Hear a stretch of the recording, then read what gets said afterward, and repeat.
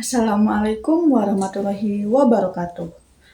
Halo semuanya, perkenalkan nama saya Salsa Nabila dengan NIM 241110102 dari kelas D 2024. Pada video ini, saya akan menjelaskan bagaimana penyusunan servis strategi jika saya berperan sebagai seorang programmer yang membangun aplikasi Learning Management System untuk perguruan tinggi.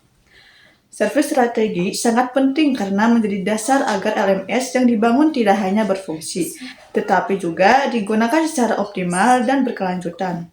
Untuk itu, sebelum masuk ke pembahasan lebih lanjut, kita perlu memahami terlebih dahulu apa yang dimaksud dengan servis strategi.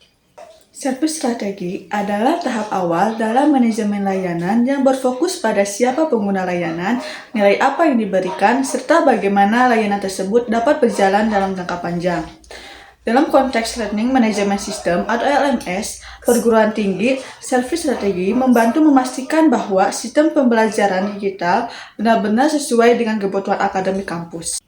Setelah memahami pengertian servis strategi, selanjutnya saya akan menjelaskan penerapan dalam pengembangan aplikasi Learning Management System untuk perguruan tinggi. Ada 6 penerapan dalam pengembangan Learning Management System.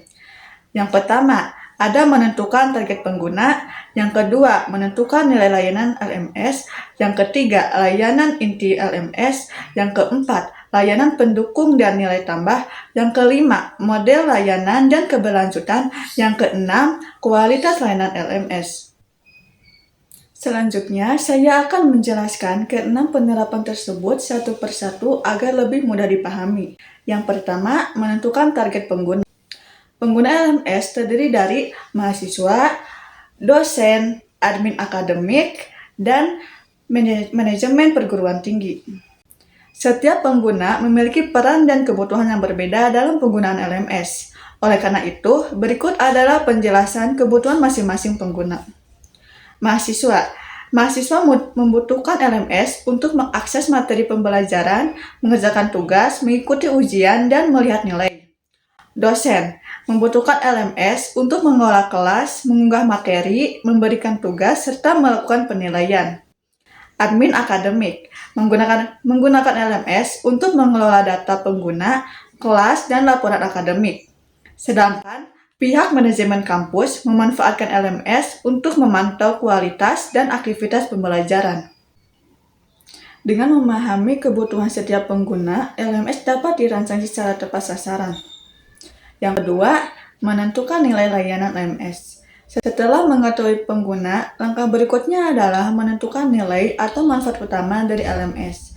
Nilai utama LMS bagi perguruan tinggi adalah meningkatkan efektivitas pembelajaran, mempermudah proses akademik, serta mendukung pembelajaran daring maupun hibrid. Melalui LMS, proses belajar mengajar dapat dilakukan kapan saja dan di mana saja. Dan pembelajaran tersimpan dengan rapi, serta interaksi antara dosen dan mahasiswa menjadi lebih terstruktur. Yang ketiga, menentukan layanan inti LMS. Dalam servis strategi, LMS harus memiliki layanan inti agar dapat berjalan dengan baik.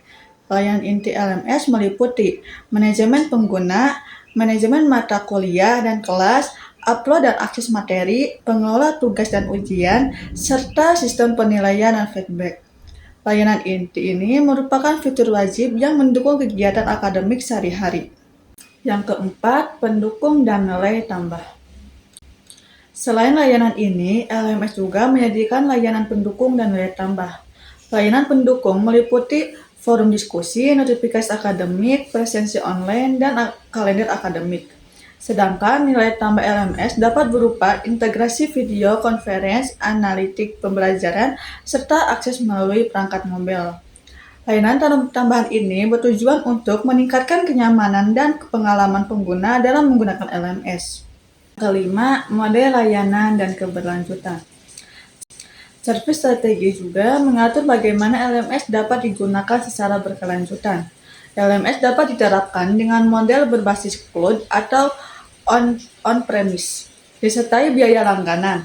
Model ini memastikan bahwa sistem tetap terjaga, aman, dan terus dikembangkan sesuai kebutuhan kampus.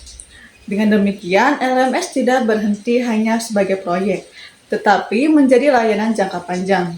keenam, kualitas layanan LMS. Agar LMS berjalan dengan baik, kualitas layanan juga harus ditentukan sejak awal. Beberapa aspek kualitas layanan antara lain ketersediaan sistem, kecepatan akses, keamanan data akademik, serta dukungan teknis yang responsif. Aspek kualitas layanan ini nantinya akan menjadi dasar dalam penyusunan Service Level Agreement atau SLA. SLA menjadi kesepakatan yang menjelaskan standar layanan yang harus dipenuhi agar LMS dapat digunakan secara optimal oleh seluruh civitas akademik. Jadi, dari penjelasan tadi bisa disimpulkan bahwa service strategi menjadi fondasi utama dalam membangun LMS. Penyusunan service strategi pada LMS perguruan tinggi mencakup penentuan target pengguna, nilai layanan, layanan inti dan pendukung, model keberlanjutan, serta kualitas layanan. Dengan service strategi yang jelas, LMS dapat berjalan secara optimal dan mendukung proses pembelajaran digital di perguruan tinggi. Semoga penjelasan ini dapat memberikan gambaran mengenai pentingnya service strategi dalam pengembangan layanan teknologi pendidikan. Terima kasih. Wassalamualaikum warahmatullahi wabarakatuh.